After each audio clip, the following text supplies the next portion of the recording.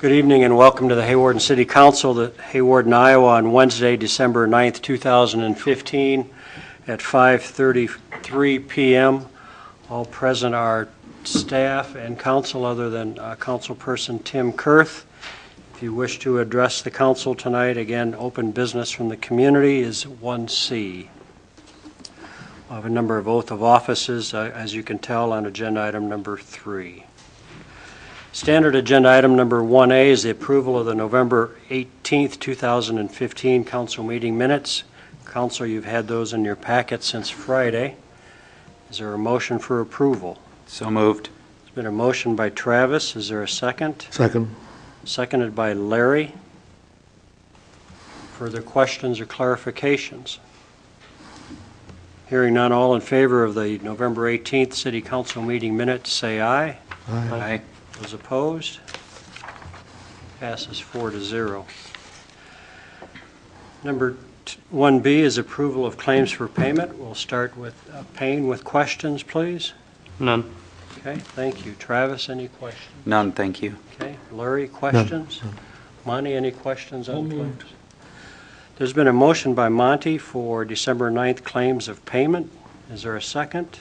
Second. Seconded by Travis. All in favor of claims for payment, say aye. Aye. Aye. Those opposed? I abstain. There's 3 affirmative and 1 abstention. Okay, abstention by Payne. 1C, open business from the community. Anyone wish to address the council this evening?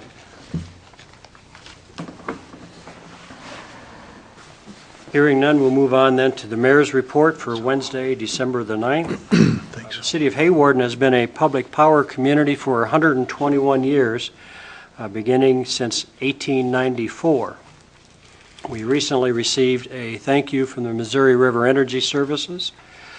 States that the Missouri River Energy Services and its staff extends our thanks to the city of Hawarden, Iowa, on its 50th anniversary of being a valued member of our organization. On December 6, 1965, Hawarden became part of our Joint Action Agency. Since then, we have successfully worked together to accomplish great things. Signed by Tom Heller. I'd like to thank everyone who attended the holiday events that the Hawarden Chamber of Commerce have sponsored.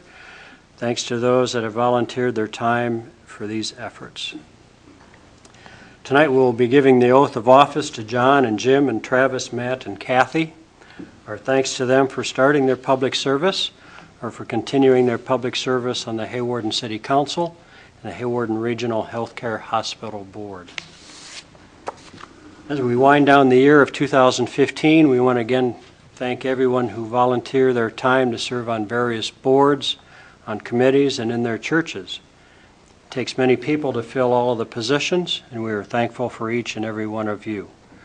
Our thanks to those who volunteer on the ambulance, rescue, and fire squads.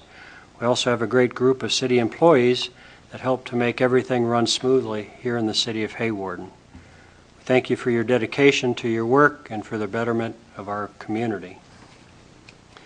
This evening will be the last city council meeting for Councilman Larry Bowder, who has decided not to run for re-election this past fall.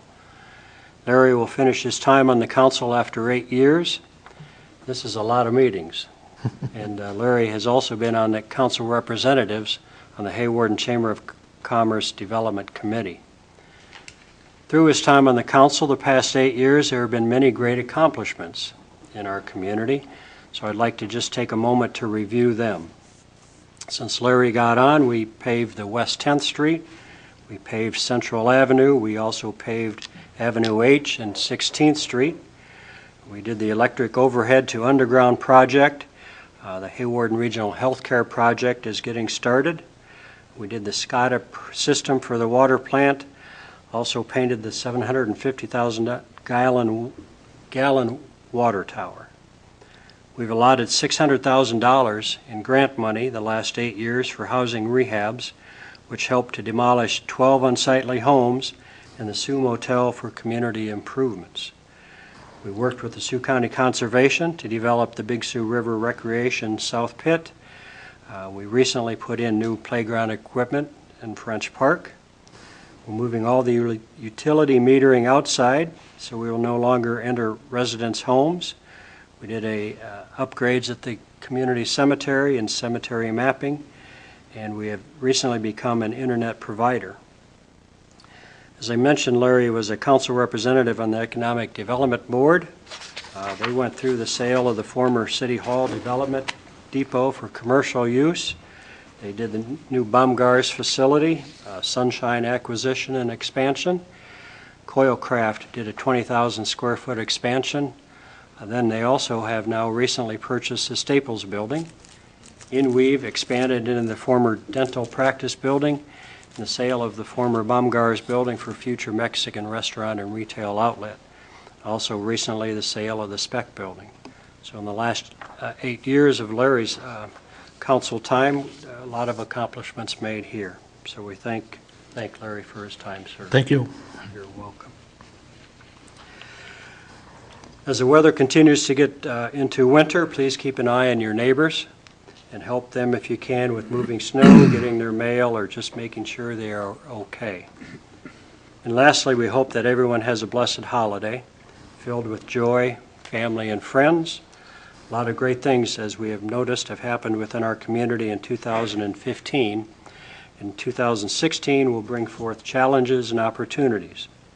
I know that we can all work together in 2016 to make the city of Hawarden an even better place to call home. Thank you for your time with that. We will move on then to any council comments, please. Hearing none, we'll move to staff reports, and we'll start with Tom Kane, please. Just have a couple things. I'd just like to thank everybody for their patience during our last couple of snow events, and they definitely tested our equipment, and everything went pretty well. Natural gas pricing for the month of November was $83 for 100 CCF this year, and as compared to last year, it was $93, so we're off to a pretty good start on that, too. So that's all I have. Okay, thanks, Tom. Gary? I would just like to thank Larry for giving me the opportunity to work here and work with him, and it's been a real pleasure, and we're going to miss you on the council, Larry. Also, would like to mention that the internet customer, obtaining new customers on the internet system is going fairly well. I just want to thank the ladies and also Ron and Mike for their efforts, as they've all been pressured to the extreme here lately, and they're doing well, and it seems to be going quite well. We will be closed from 11 to 1 for the annual employee Christmas dinner on Thursday, the 17th of December. That's all I have. Thanks, Gary. Jim, anything from your point? No, I don't have anything. Okay, thank you. Mike? Nothing here as well. Okay, thank you. Any questions for staff from council members before we move on? Move on to agenda item number 3, oath of offices for myself and John and Travis and Jim and Matt and Kathy, and we'll start with myself, and we'll bring Gary forward,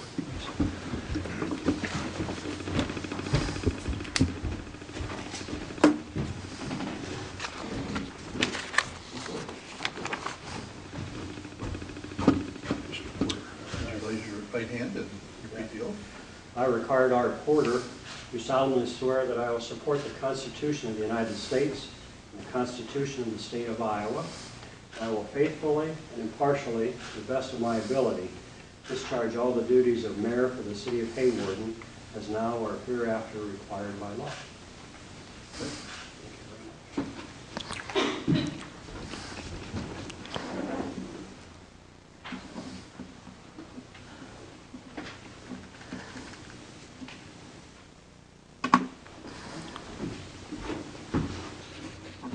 John, come up, please.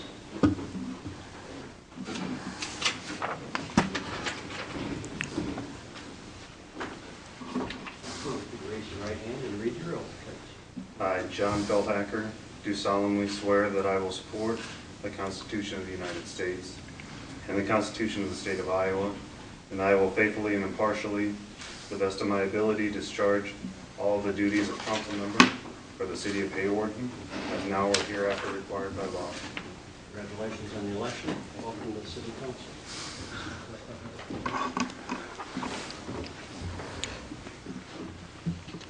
Travis?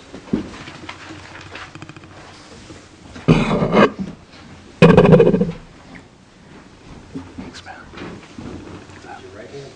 I, Travis Olson, do solemnly swear that I will support the Constitution of the United States and the Constitution of the State of Iowa, and that I will faithfully and impartially, to the best of my ability, discharge all the duties of the council member for the city of Hawarden as now or hereafter required by law. Thanks again. Thanks, Maria.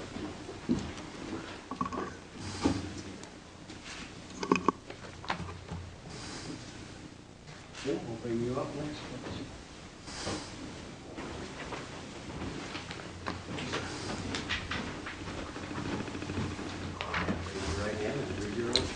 I, James Feldacker, do solemnly swear that I will support the Constitution of the United States and the Constitution of the State of Iowa, and that I will faithfully, impartially, to the best of my ability, discharge all the duties of hospital trustee for Hawarden Regional Healthcare Board as now or hereafter required by law.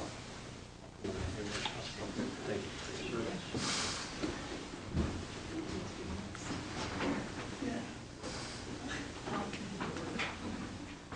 Matt, I'll bring you up next.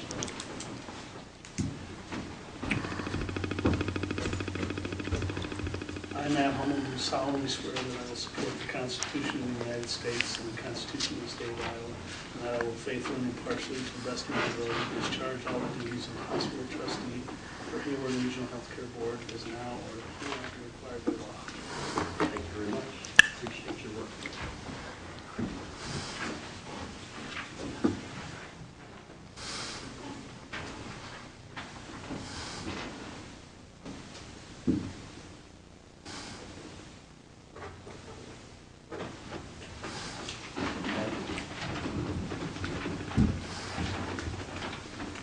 I, Kathy Jacobs, do solemnly swear that I will support the Constitution of the United States and the Constitution of the State of Iowa, and that I will faithfully and impartially, to the best of my ability, discharge all the duties of hospital trustee for Hawarden Regional Healthcare Board as now or hereafter required by law. Thank you very much. Thank you. We'll have a round of applause, please, for all those.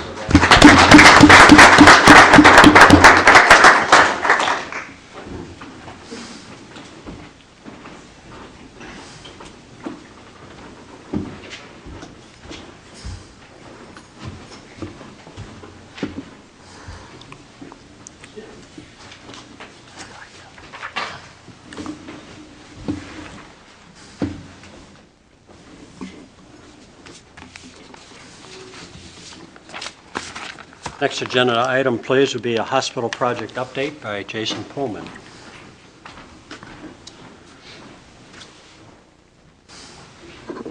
Good evening, and thanks for allowing me to speak with you every other week and give you an update on the hospital project. Well, if you've driven by the hospital, you'll realize that the road is open now, and so we have traffic flowing both ways on the road for the hospital, and that's always a good thing. Obviously, with the mud, we're thinking about doing some mud therapy.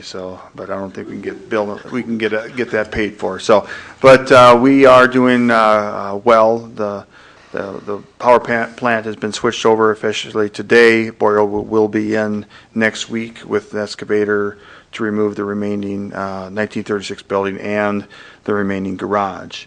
After that, the steel contractors will be here the 15th of the month to start setting steel. And Vanderpool is pouring concrete to set the steel on and setting the bolt patterns as today. So we are making some significant progress, and in the next couple of weeks you'll see structural steel moving up rapidly. And with the nice weather, it's sure nice to put steel up when it's 30-40 degrees instead of 30-40 below. So otherwise, the project is on budget and is on time. So we anticipated to set steel December 18th in the budget, so in the timeline. So any questions? Questions for Jason? Okay, good. Glad it's going well. Yep, thank you. Thank you for the update.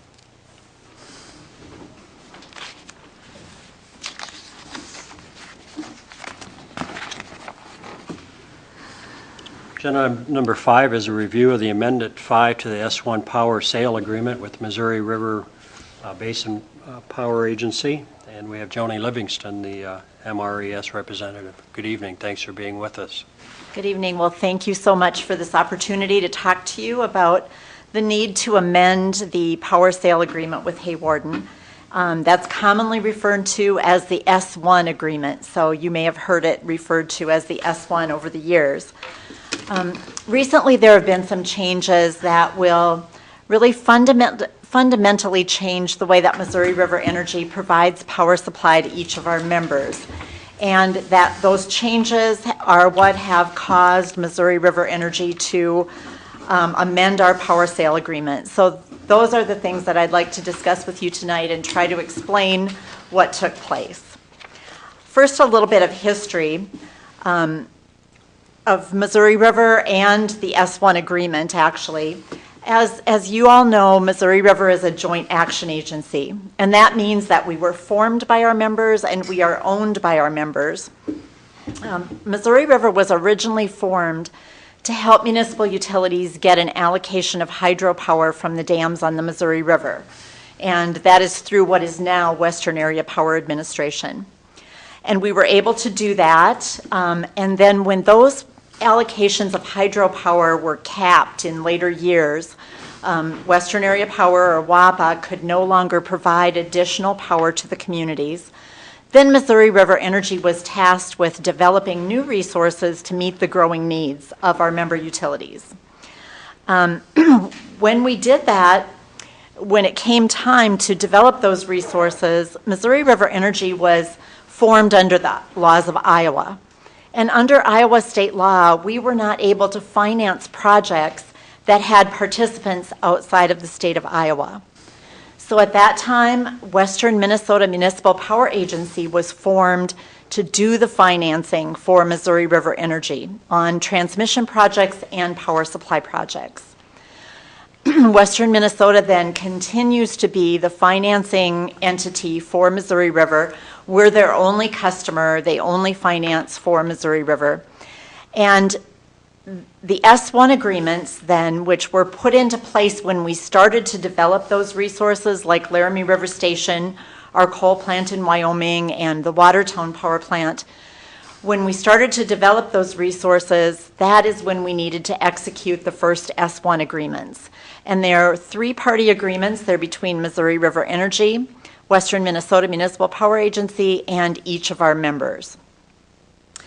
The S1 agreements actually provide the bond security for Western Minnesota's bonds that they need to issue for each one of these projects. Missouri River Energy and each of our members have a lot of the same interests, and our goals and our values align. We are not-for-profit. We are member-owned, just like you, or your utility is not-for-profit, and it is customer-owned. Missouri River's core purpose, really, is to provide energy and energy services that support the mission and vision of each one of our municipal utilities. Next slide, if you would, Gary. All right, so the S1 agreements are what we call, they're long-term and what we call system supply contracts. And that means that they're not project-based or unit contingent. Everyone shares in all of the same resources and everyone pays the same power supply rate. The S1 contracts as they currently stand include all of the transmission to the outlet of the integrated system. And that integrated system is a network of transmission facilities that is owned by Western Area Power, Basin Electric, and Heartland Consumer Power District. Western operates or administers those transmission facilities, so they're commonly called the Western or the WAPA integrated system. What has changed is that, well, I'm going to get into that in a second, but in addition to the WAPA integrated system, many of our members, like Hawarden, needed a third-party contractor to provide additional transmission. So from the outlet of the integrated system to Hawarden, you had NIPCO to provide your additional transmission. Many other members have other arrangements that are similar. We also have 3 contracts that are called non-S1 contracts, and those are with Pella, Iowa. We provide all of their power supply needs to Pella because they don't have a WAPA allocation. We also have 2 contracts with Atlantic, Iowa and Hutchinson, Minnesota that are for fixed amounts. And I only mention these other contracts because just like the S1 contracts, they also provide the bond security for the S1 or any projects that Western Minnesota does. A little bit of history of the S1 agreement. The first S1s went into effect in October of 1976. And over the years, there have been 4 amendments to the S1 contracts. With 2 of those amendments, we ask our members to extend the contract. So in 1993, we asked for a 14-year extension, and in 2007, we asked for a 16-year extension. And this time, with this new amendment, we're asking for an 11-year extension. And I'm going to talk in just a minute about why we're asking for that extension. Just like each one of our member utilities, Missouri River is always concerned about keeping costs down, keeping rates low, and having a competitive rate. So what you're seeing on the screen is a comparison of 20 regional wholesale power providers. And the yellow bars represent those 20 other power suppliers. So those are investor-owned utilities, co-ops, and other joint action agencies. The middle bar there, which is kind of orange, that is the average cost of those other 20 regional utilities. And their average cost is about 69 mils, as it's shown there, or meaning 6.9 cents per kilowatt hour. Missouri River's average cost is the red bar, and that is about 6.6 cents per kilowatt hour, so a little bit lower than the regional average. And then if you factor in your WAPA allocation, or the WAPA allocations of all of our members, then your power costs are that blue bar to the left, which is 5.6 cents per kilowatt hour. And if we could switch to the next one. This next graph shows a trend of 2005 through 2015 projected, and the last 2 dots to the right are 2016 projected. So the green dots and the green line represent the 20 other regional wholesale power providers and their average cost. And then the red dots and the red line represent Missouri River's wholesale cost over this last 10-year period. So as you can see, we've always been lower than the average retail rate, wholesale rate, and except for 2009 when we were just slightly higher. All right, so why are we asking for an amendment to the S1 agreement now? Well, on October 1st of this year, Western Area Power Administration joined a regional transmission organization called the Southwest Power Pool, or SPP as we call it. And when they did that, they placed the integrated system transmission facilities into SPP's transmission network. So now Missouri River can no longer deliver power over that integrated system. We also have to use the SPP transmission network. With about half of our members going into SPP, the Southwest Power Pool, this puts all of our members now in a regional transmission organization. Most of the Minnesota members and a handful of the members from our other states were already in a regional transmission organization called MISO, or the Mid-Continent Independent System Operator. And those RTOs operate both energy markets and transmission networks. So what that means to utilities like Missouri River is that we now no longer have the functional control of our generating resources or transmission. The regional transmission organization operates those facilities on our behalf. So what that really means is that Missouri River now will bid into the market and will sell the output of our generating resources like Laramie River Station and our Exira plant in Iowa. We will sell those resources into the market, and we'll get paid whatever the market clearing price is for that day and that hour as we sell it into the market. And then in a completely separate transaction, we'll purchase power to meet the needs of each one of our member utilities at a node near your community.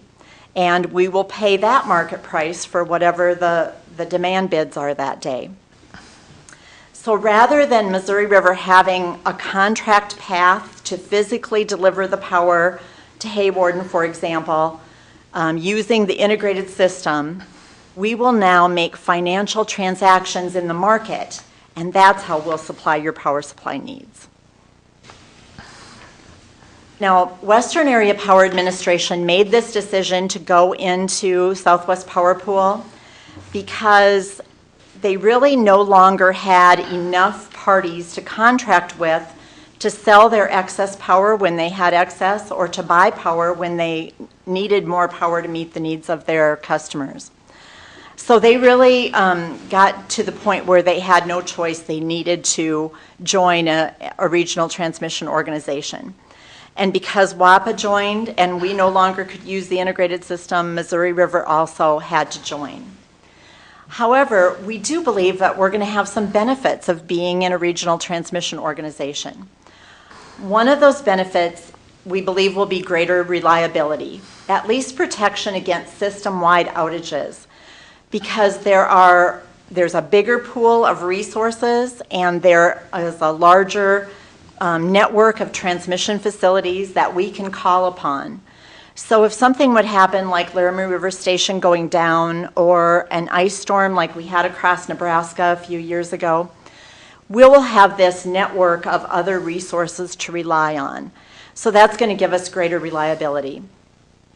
And what we think really will be the biggest benefit to our members is that it's something that the RTOs call the economic dispatch of energy. And what that is they always choose the least expensive plant to bring online next.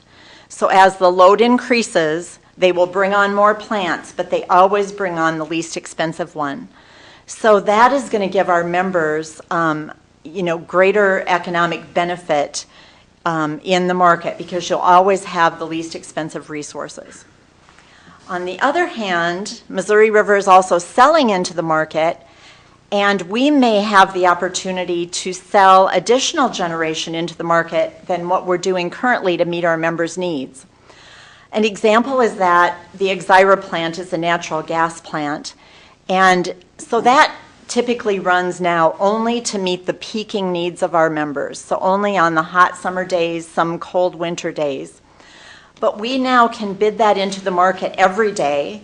And the value of that plant, one of the values of that plant is that it can ramp up really quickly. So when there are a lot of wind resources in the area and that wind maybe drops off, this plant can ramp up quickly to meet the needs and cover what the wind was providing previously. So we'll maybe have the opportunity for additional revenues out of that plant. Time is going to tell with all of this, but we really believe that the regional transmission organizations are going to be a benefit to our members. This map just shows which members are in MISO and which members are in SPP. And Hawarden, along with almost all other Iowa members, you are in SPP. There's a couple Iowa members that are in MISO. Just wanted to show that. Our board of directors has really reviewed the S1 contract this entire year. They've been through it many times, section by section. And the reason that we're updating or amending the S1 agreement right now is really to change that language to address the way the market has changed things and to make sure that the language going forward is accurate. But they also took this opportunity to really review the contract, make some clarifications where that was needed. We wanted to extend the term. We found a couple of areas to add protection for our members. And then the overall guiding principle really was to maintain the same relative position of all of our members. Try to eliminate winners and losers.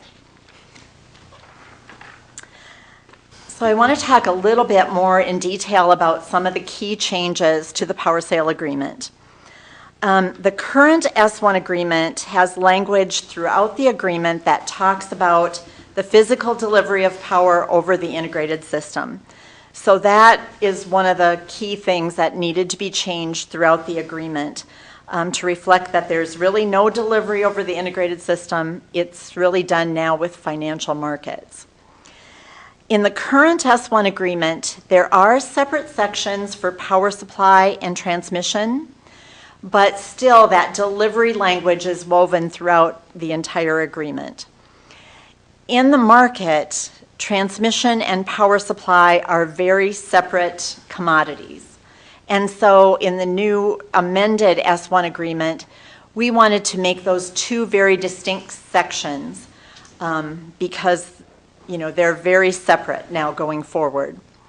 But under the power supply portion, your supplemental power includes all of the products and services, the ancillary services that are needed to meet the market tariff, to meet the requirements of the RTO.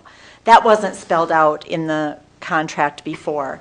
So those are things like reserves and load balancing and voltage regulation, all of those things that we have to supply to the market to be able to generate power. It also will include any state or federal renewable energy requirements. And I think that there are renewable energy requirements in Minnesota. I think it's just a goal in Iowa, isn't it? But we will meet all of those on your behalf. Okay, then going to transmission service, completely separate from power supply. Transmission service, as I've said, can no longer be to the outlet of the integrated system. So now it's going to be to the boundary of the RTO or the boundary of SPP. And that means that most third-party transmission arrangements that our members had, like you guys had with NIPCO, those are now going to be included in the S1 agreement. You'll no longer get your service from NIPCO. You will get it from the SPP network, and we will include that in our S1 agreement. And that's already taken place with NIPCO. NIPCO put their facilities, their transmission into SPP, and I think that contract has been already terminated. Is that right, Tom? Yes. So that's actually happening today already. The SPP members are now in a transmission zone called the Upper Missouri Zone, or the UMZ, and all SPP members are in that same transmission zone, and you'll get the same pricing. Some members have third-party transmission arrangements that still exist, but that's not true here in Hawarden. So I'm going to talk about the impact of this transmission arrangement both to MISO and the SPP members. And you may wonder why I'm going to tell you about MISO, because it doesn't affect you directly. But we want all of our members to understand what we did with the MISO members and to assure you, MISO members took on a new risk, but we want to assure SPP members that you're not taking on that risk. So since we do not have to have that physical contract path to get power from Laramie River Station to the MISO members, mostly in Minnesota, it's fine to take SPP transmission service for the MISO members. And that's going to save them some money. It's going to save them about $9 million in 2016. So the MISO members have always paid two transmission rates like you have here in Hawarden.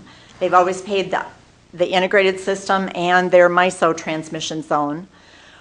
They're going to be able to eliminate the integrated system now and only pay one transmission rate.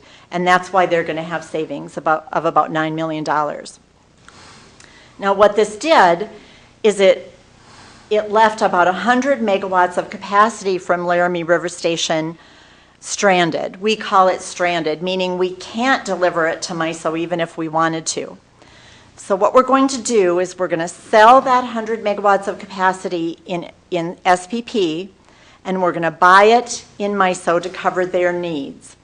Now the risk is that if we don't get enough money in SPP to cover those costs in MISO, then the MISO members are going to pick up that cost. You are not going to be charged those costs.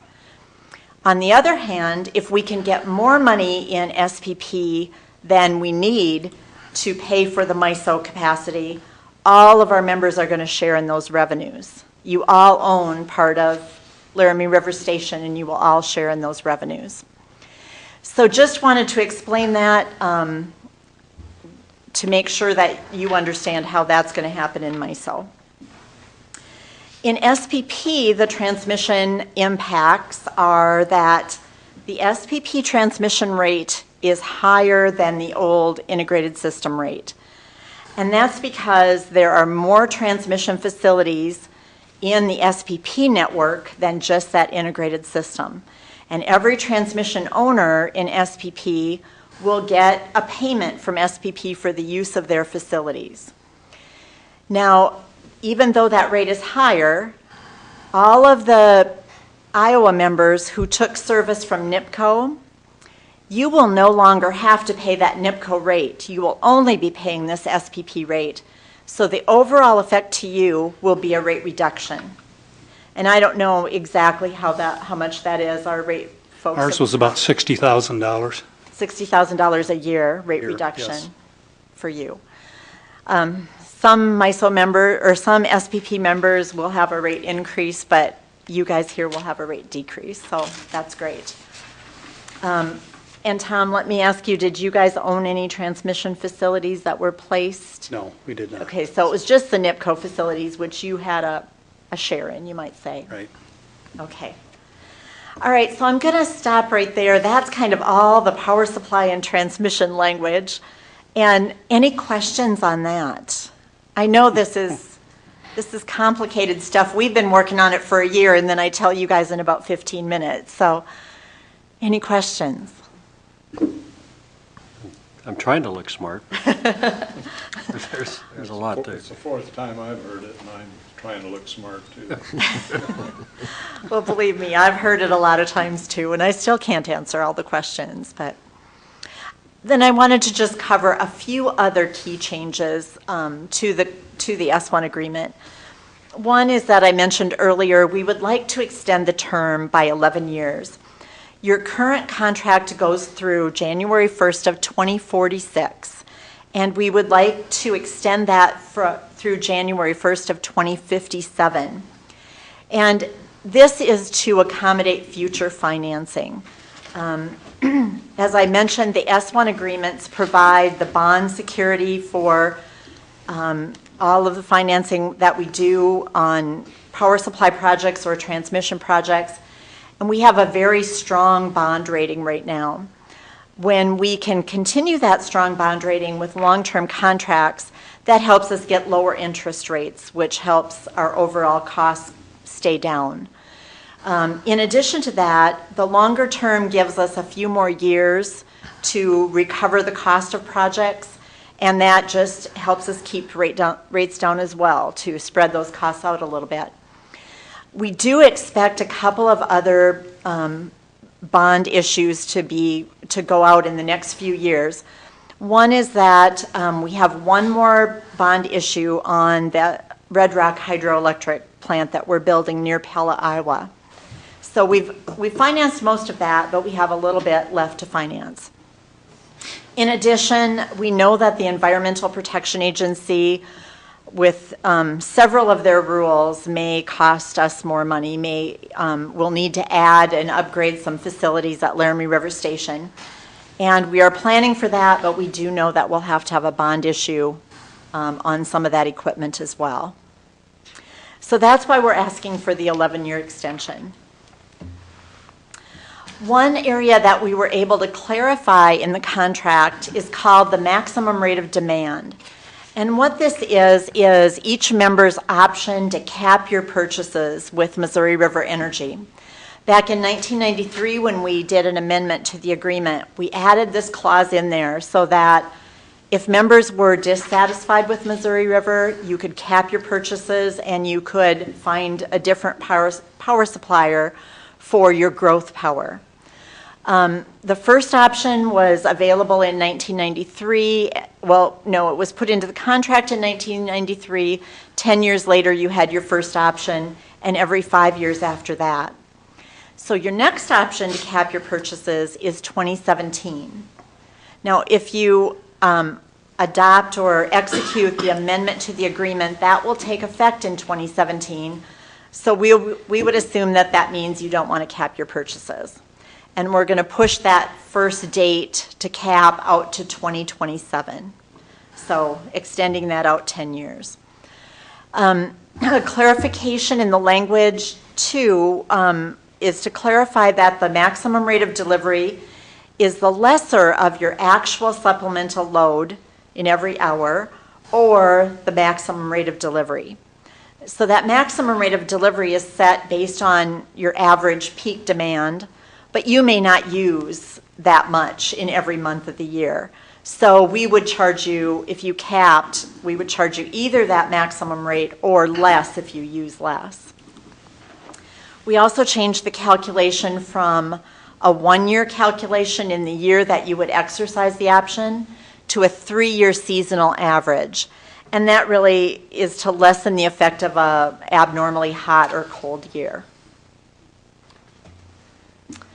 All right, so a new provision that we added to the agreement allows each one of our members to generate some of your own power with local renewable resources. They need to be connected to your distribution system, but each community or utility could own these resources or you could lease them. And this would be if, for example, there was a lot of interest here in Hawarden for a solar project or a wind project, renewable energy. You would be able to generate up to 5% of your own energy using your own local renewable resources. And this actually reflects what we're currently doing with Moorhead, Minnesota. They have a couple of wind turbines and a solar project, and so now we're writing this into the contract so that all of our members could do the same thing. One protection that we added into the contract is under the WAPA power section. And this would be in the event that a member would do something or fail to do something that would cause them to lose their WAPA allocation or have their WAPA allocation reduced. If that's the case, Missouri River is obligated to replace that WAPA power. We would provide all supplemental power. And if the cost to replace that WAPA power was higher than our normal cost, then our board of directors would have the right to impose a surcharge on that member so that our other members do not have to pay those additional costs. And this is just, we may impose a surcharge if this were to happen. Missouri River staff really tries to do everything possible to keep the WAPA allocations of our members. We're always lobbying for that. However, a member could choose to do something that would cause them to lose their WAPA allocation, and we don't want other members to have to pay for that. Then we've got currently 2 schedules that go along with the S1 agreement.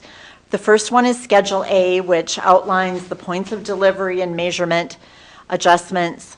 So, for example, where the power is metered and where it changes hands. That's how it currently works now. We're just now going to have each member and Missouri River sign off on that schedule so that we can make sure it's up to date. Your current rate schedule is just one rate schedule, and now with the amended S1 agreement, it will be 2 rate schedules. One is for just power supply costs and the power supply rate, and the other one would be just for transmission service and transmission costs. So that's just a slight change in the rate schedules. So the key steps to executing this agreement would be for the council to adopt a resolution that authorizes your key people to sign the amendment number 5 to the agreement and sign the amended and restated agreement itself. And then that resolution would get put into the minutes, and then you would need one more meeting to approve the minutes of the first meeting. And then the documents can be executed, and we do also require a legal opinion from the city attorney. Your city attorney is your key advisor in this whole process, and we've sent out binders with all the documents in it, and I know Tom has this binder, and I believe the city attorney has this binder as well. And this kind of walks you through all the documents step by step. And the last thing I wanted to mention is the timeline. You guys are starting plenty early. As I said, it takes at least 2 meetings for most members to complete this process. And what we're asking is that you would execute these documents, if you would, by March 1st of 2016. And what we would like to do is be able to announce at our annual meeting in May that all of our members have executed the S1 agreement, the amended S1 agreement, and that you're sticking with us for another 11 years. So with that, any questions that I can answer for you tonight?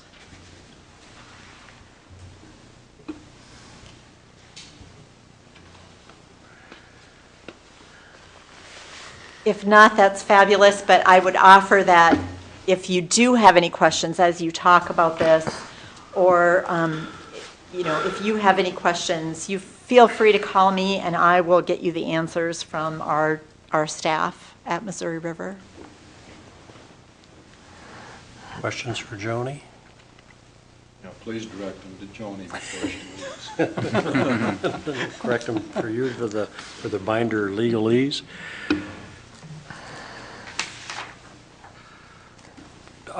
What happens if a member does not wish to do that? Does not execute the amendment, then the contract that they currently have would remain in place till 2046. So that is an option. I think we would still want to clean up the language and just not change any of the terms, but as a joint action agency, we offer the same terms to everyone, to all of our members, have them all on the same page. A member could elect not to do that, though, but they would still be with us through 2046. Okay. So this essentially cleans up all the legalese types of things, which you've gone through, and just extends it to 2057. Correct, yes. Thank you. Thank you very much. I appreciate the opportunity. Great, thanks.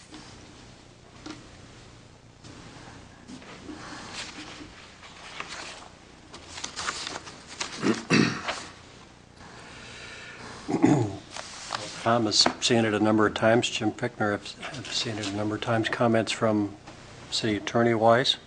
I went to the kind of a preliminary meeting where they had rough drafts of these. They went through it kind of line by line, and then I went back for an additional meeting, and then we also, Tom and Gary and I came here, and they had a presentation over the internet, and we had the opportunity to ask questions at that time. And of course tonight, I'm not going to claim to understand everything about it. They had an engineer, I think, do a presentation, and he explained it very well, but some of it went over my head, but it seemed like it was really pretty advantageous to us financially, I think. Partly just the idea that a lot of the transmission costs, I think we tend to transmit energy out of here, and that was going to give us some advantages too. So, I mean, this is the third time I think we've extended since I've been here. Everybody's always been happy, I think, with what belonging to this organization has done for the city of Hawarden and its citizens. So I don't have any reservations about adopting it. Tom from the Department of Public Works? It's been a good ride for us, and what it's done is, what our transmission was a pancake rate, is what it was explained to me, and they've kind of removed a couple of the pancakes out of the stack, and that's what lessened our rate for transmission. So, and we still have, like with NIPCO, we still have a great relationship with them. They'll help us with our radial feed line and as far as taking care of our equipment on that end, on that high voltage side. So it really hasn't changed a lot for us, but it did lower our rate a little bit. Gary, from city administrator position. I concur with both Tom and Jim. Everything that I've seen, it makes perfect sense to continue and to move forward with these documents. Missouri River Energy Services is a great organization, and they've been very good to the city, and see no reason why that will change. So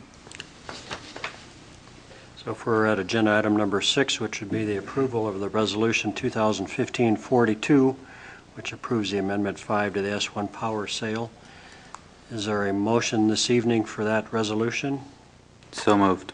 It's been a motion by Travis. Is there a second? Second. Seconded by Payne. Further questions?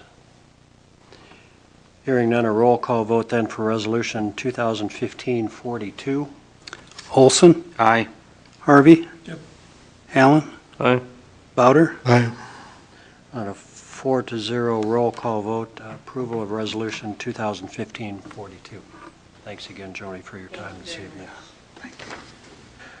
Agenda item number 7 is a consent agenda for liquor license transfer on January 9th, 2016 from the Hawarden Golf Club to the Hawarden Community Center.